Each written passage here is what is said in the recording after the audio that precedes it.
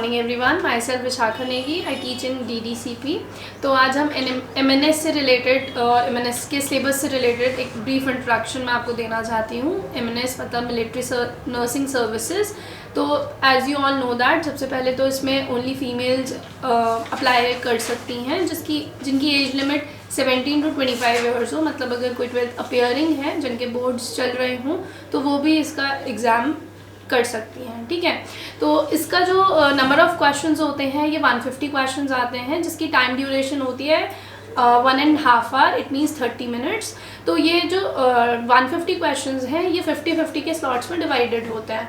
तो 50 क्वेश्चंस आते हैं आपके जर्नल इंग्लिश के, 50 क्वेश्चंस आते हैं आपके जर्नल इंटेलिजेंस के, एंड 50 क्वेश्चंस आते हैं आपके जर्नल साइंस के। तो जो फर्स्ट 50 क्वेश्चन है जिसमें जर्नल इंग्लिश आता है, तो उसमें आपके ग्रामर का पार्ट रहता है, आपके आइडियम एंड फ्रेजेस रहते हैं, स्पेलिंग्स एरर रहते हैं, वर्ड एंड क्लॉजेस रहते हैं। तो सॉर्ट ऑफ द थिंग जो अदर कॉम्पिटिटिव एग्जाम्स का सिलेबस है वही ऑलमोस्ट सिलेबस है। थोड़ा सा आपको ग्रामर में specially active and passive voice में काम करना पड़ेगा और आइडियम एंड फ्रेजेस और स्पेलिंग एरर्स वगैरह में।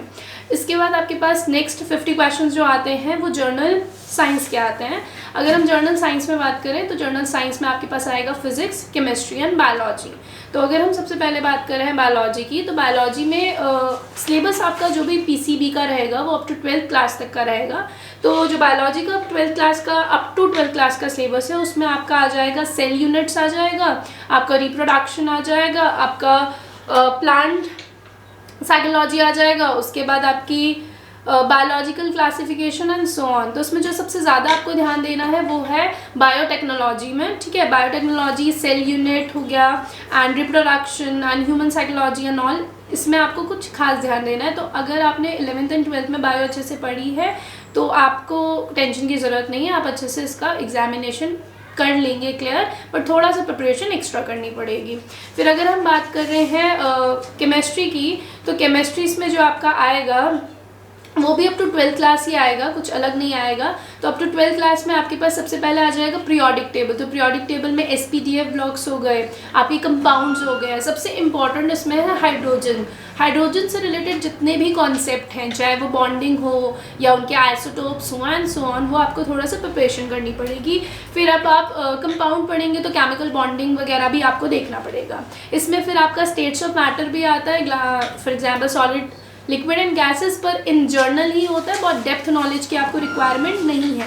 तो सबसे ज़्यादा डेप्थ नॉलेज अगर आपको करनी है तो आप पीरियोडिक टेबल ही कीजिएगा, क्योंकि हायर क्लासेस में स्टार्ट होता है तो थोड़ा सा कॉन्सेप्ट अगर नहीं समझ आया तो वो दिक्कत करेगा। बाकी जो आप जूनियर क्लासेस से पढ़ रहे हैं वो तो आपके लिए आराम से आप कर सकते हैं।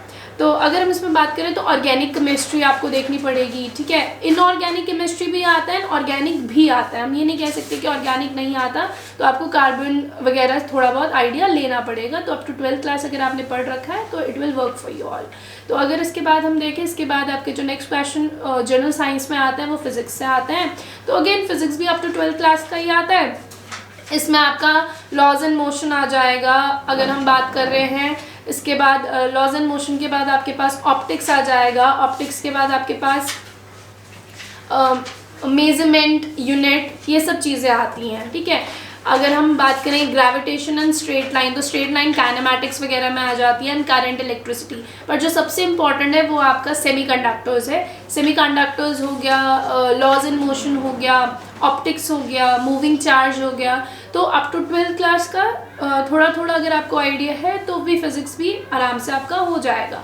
तो अगर मैं जनरल साइंस की भी बात करूँ तो जनरल साइंस बहुत वास्ट नहीं आता है। आपको डेप्थ नॉलेज अगर है, मतलब बेसिक नॉलेज डेप्थ में, ऐसा नहीं कि आपको न्यूमेरिकल्स प्रैक्टिस करने हैं या कोई बिल्कुल साइंटिस्ट की थीसिस ही पढ़ जानी है, ऐसा कुछ नहीं करना है। तो आपने जितना 11th 12th का आइडिया लिया है, अगर आप ऑब्वियसली 12th क्लास पास कर चुके हैं या अपियरिंग भी है तो आप पढ़ ही रहे होंगे ये सब चीज़ें, तो आपको उससे आइडिया लग जाएगा। बस कंपटीशन के हिसाब से थोड़ा कॉम्पिटिटिव लेवल का आइडिया लेना पड़ेगा। एकेडमिक्स थोड़ा सा उस टाइम आपको भूलना पड़ेगा, क्योंकि थियोरेटिकल ज़्यादा आएगा और बेसिक कॉन्सेप्ट क्लियर होने चाहिए। तो उसके बाद लास्ट 50 आता है आपका जर्नल इंटेलिजेंस का। जर्नल इंटेलिजेंस भी 2 पार्ट में सब डिवाइडेड है। एक अगर हम बात करें तो रीजनिंग का पार्ट हो गया, और दूसरा आपका हो गया करंट अफेयर्स। करंट अफेयर्स में कभी कभी स्टैटिक जीके भी आ जाता है। तो स्टैटिक जीके भी वो जो अपडेट हुआ हो, तो तो आपको उसका आइडिया लेना पड़ेगा। करंट आप पढ़ सकते हैं, आप ये देख सकते हैं कि जितना भी करंट में रिलेटेड मिलिट्री रिलेटेड चीज़ें न्यूज़ में आई हैं वो पढ़ सकते हैं, या फिर अवार्ड्स विनिंग है या स्पोर्ट्स रिलेटेड आप देख सकते हैं, या फिर कोई भी चीज़ें लाइक नोबेल प्राइजेस हैं, बुक एंड ऑथर्स हैं, तो आपको ये सब स्टैटिक में देखना पड़ेगा और करंट अफेयर भी देखना पड़ेगा। इसका फिर आता है इसके बाद आपका रीजनिंग। तो रीजनिंग में इसमें आपका वही normal verbal and non verbal वगैरह आपको देखना पड़ेगा। तो ये जो सिलेबस है ये एमएनएस का सिलेबस है। एमएनएस के सिलेबस में आपको ये चीज़ ध्यान रखनी है कि आपको बहुत वास्ट स्टडी किसी चीज़ के लिए नहीं करनी है। आपको ऐसा नहीं कि आपको बहुत ज़्यादा टाइम किसी स्लॉट किसी भी सब्जेक्ट को देना है। अगर आप 12th पास करके आए हैं तो आप साइंस वाला पार्ट तो आराम से कर ही लेंगे। इंग्लिश अगर आपकी ग्रामर पार्ट उतना स्ट्रांग नहीं है तो थोड़ा ग्रामर पे वर्क कीजिए, क्योंकि ग्रामर हम 11th-12th में उतना देखते नहीं हैं, हम पूरा लिटरेचर पार्ट में ही रह जाते हैं। तो ग्रामर पे वर्क कीजिए।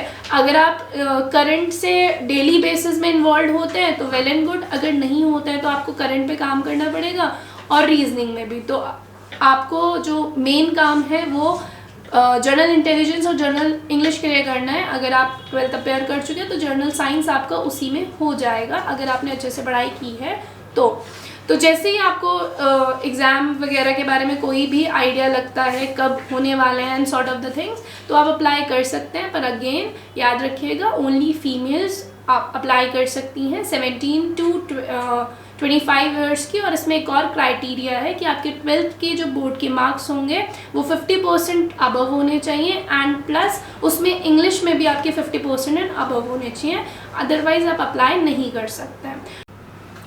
अगर आपको इससे रिगार्डिंग और कोई इन्फॉर्मेशन चाहिए तो आप DDCP विज़िट कर सकते हैं, that is Doon defence career point.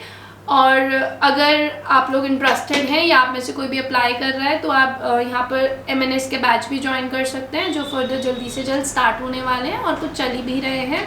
तो जैसे भी आप लोगों को सुटेबल हो उस हिसाब से आप आगे काम कर सकते हैं। And thank you everyone. जय हिंद।